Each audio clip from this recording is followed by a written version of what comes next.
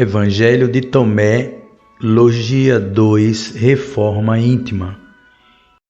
Interpretação do espiritualismo ecumênico universal. Jesus disse: aquele que procura, não cesse de procurar, até quando encontrar. E quando encontrar, ficará perturbado, e ao perturbar-se, ficará maravilhado, e reinará sobre o todo. Aquele que procura, não cesse de procurar, até quando encontrar. O primeiro recado de Jesus é que os espíritos na carne não devem parar de procurar a vida espiritual, a verdade universal. Será que as pessoas estão realmente procurando a vida espiritual ou estão cedendo às tentações que Jesus enumerou para o planeta? Hoje, os seres humanos enumeram diversas necessidades antes de procurar as suas verdades universais. Todos precisam fazer a sua vida, necessitam estudar, trabalhar, para que possam conquistar coisas materiais.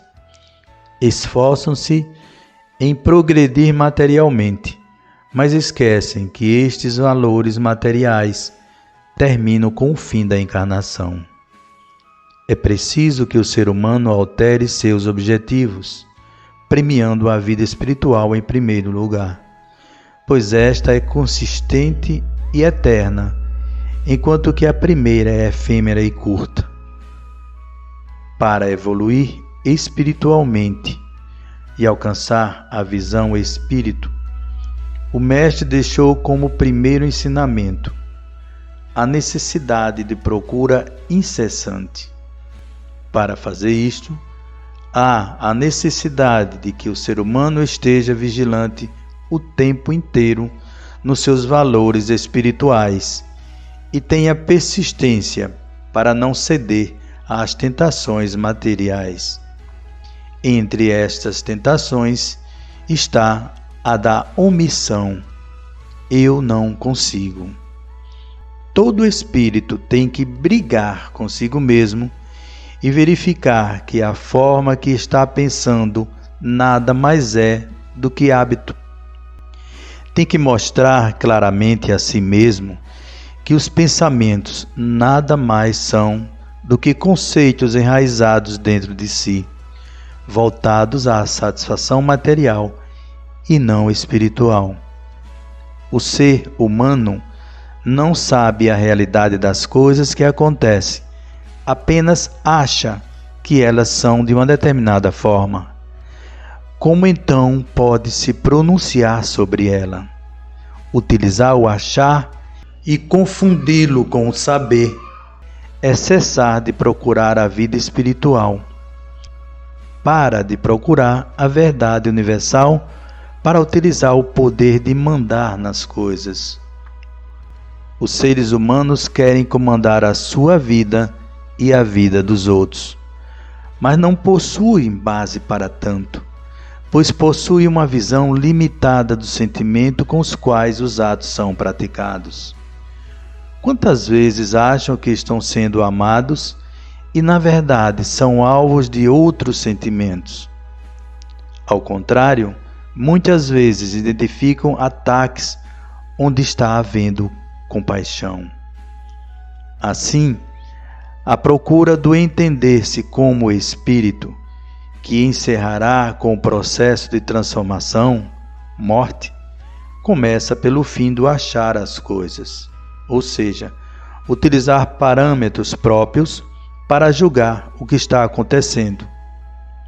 Isto só é conseguido vigiando constantemente a si mesmo. É necessário estar vigilante para saber se o que se está fazendo está trazendo alegria para todos. Será que deixei alguém triste com este meu pensamento? Será que eu fiquei triste com ele? É preciso verificar se está sempre presente a compaixão. Será que o meu pensamento está ferindo ou magoando alguém? É importante esta consciência, pois ninguém tem o direito de ferir ou magoar outra pessoa, sem que com isto esteja ferindo ou magoando Deus, que é o Pai, não só seu, mas de todos. Ninguém tem o direito de dizer aos outros o que quer, o que acha, obrigando-o a ouvir o que quer dizer. Seu direito acaba onde começa o dos outros. Enquanto o espírito servir como ser humano, ou seja, o centro de um universo que ele chama de minha vida, não há como se conscientizar de que é parte de uma coletividade que vive para o Pai.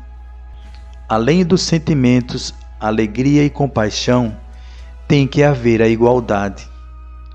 Não há condições de se obrigar as pessoas a fazer as coisas de determinada forma e nem podemos submetê-las às nossas vontades. Cada uma tem o direito de fazer o que quiser, na forma que achar melhor, desde que não fira e não tire a alegria de ninguém. A vigilância constante destes 3 sentimentos traz o mundo de Deus para cada um e, portanto, leva a alcançar a visão de espírito. Não pode haver a cessação da vigilância e da procura da vida espiritual, pois se houver a interrupção, o espírito certamente cairá no pecado, ou seja, nos sentimentos contrários ao amor universal. Quando isto ocorre, o espírito começa a merecer que Deus lhe dê situações negativas e aí, no sofrimento, é muito mais difícil manter este amor. Não pare nunca de procurar o amor universal. E quando encontrar, ficará perturbado.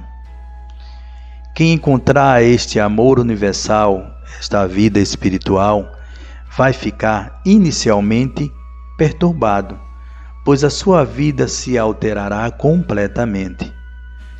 Todas as coisas que estão à sua frente mudarão completamente, deixarão de ser o que eram e terão outro sentido. A vida mudará completamente porque a vida material, vivida pelos seres humanos, nada tem a ver com a espiritual.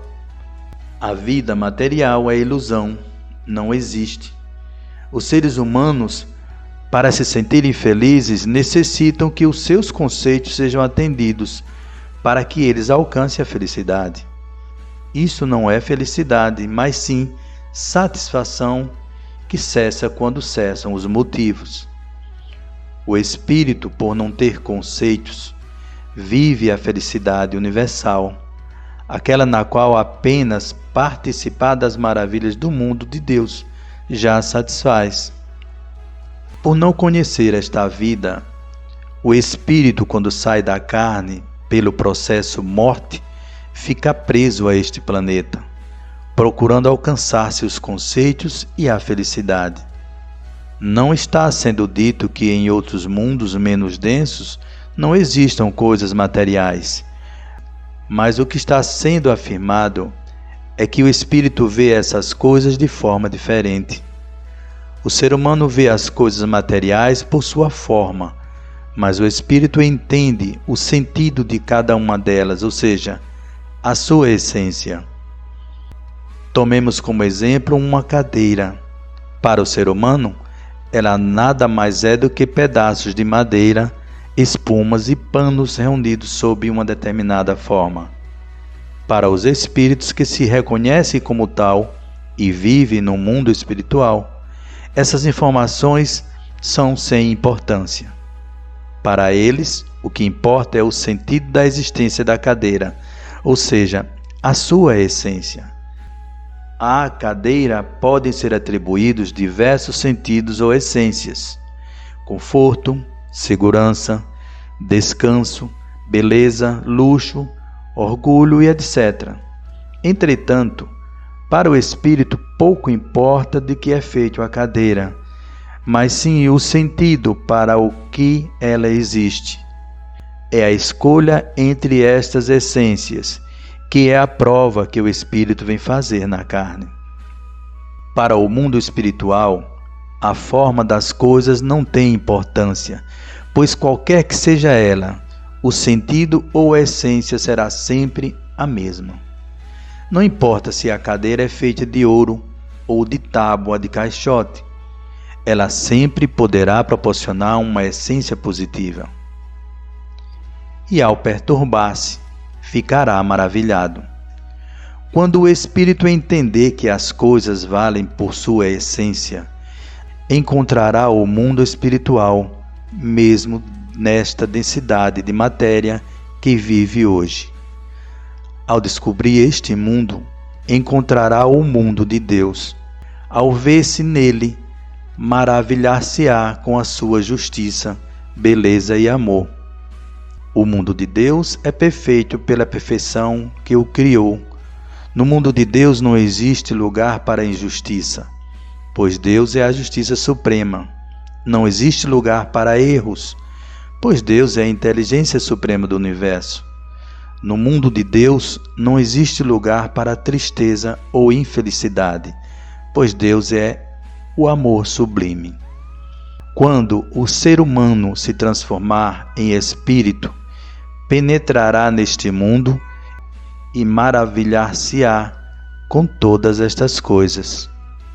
O ser humano não consegue entender a justiça, pois entende o mundo apenas pelas suas verdades pessoais, achar, e não pelas verdades universais das coisas.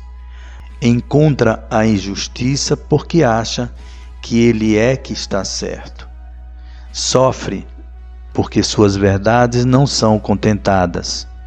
E vê o erro porque não conhece a essência das coisas. Todo o universo é regido pela lei de ação e reação. Tudo o que ocorre é uma reação a uma ação. Como o ser humano imagina-se sempre certo, espera que a reação seja sempre ao seu contento.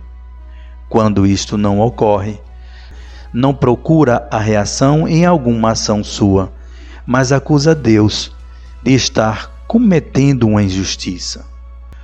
O espírito não possui verdades individuais e por isso aceita as verdades universais. Para ele, tudo o que ocorre é porque ele merecia, ou seja, procura cada ação que originou uma reação dentro de si mesmo e não externamente. Entendendo a ação de Deus sobre as coisas, Deus, causa primária, o espírito se maravilha com a perfeição da vida universal e alegra-se por participar dela. E reinará sobre o todo. O espírito que conhece as 5 verdades universais não tem verdades individuais que possam ser menosprezadas e por isso não se fere nem se sente injustiçado. Aceita tudo o que lhe acontece como ato de uma inteligência suprema, ou seja, não encontra erro, vê sempre a justiça suprema em ação e por isso não encontra injustiça. Entende que em todos os momentos está presente o amor sublime, que busca a igualdade entre todos e a manutenção da alegria universal. Quando alcançar esta visão, o espírito não mais perderá sua alegria, pois ela não dependerá da satisfação de verdades individuais, não causará sofrimento aos outros, não precisará defender a sua verdade e verá como todos são iguais, apesar das diferenças físicas. Aquele que se considera espírito estará apto a conduzir o seu irmão nesta mesma busca, pois aceitará que cada um tenha o seu próprio patamar de evolução e não buscará impor suas verdades aos outros.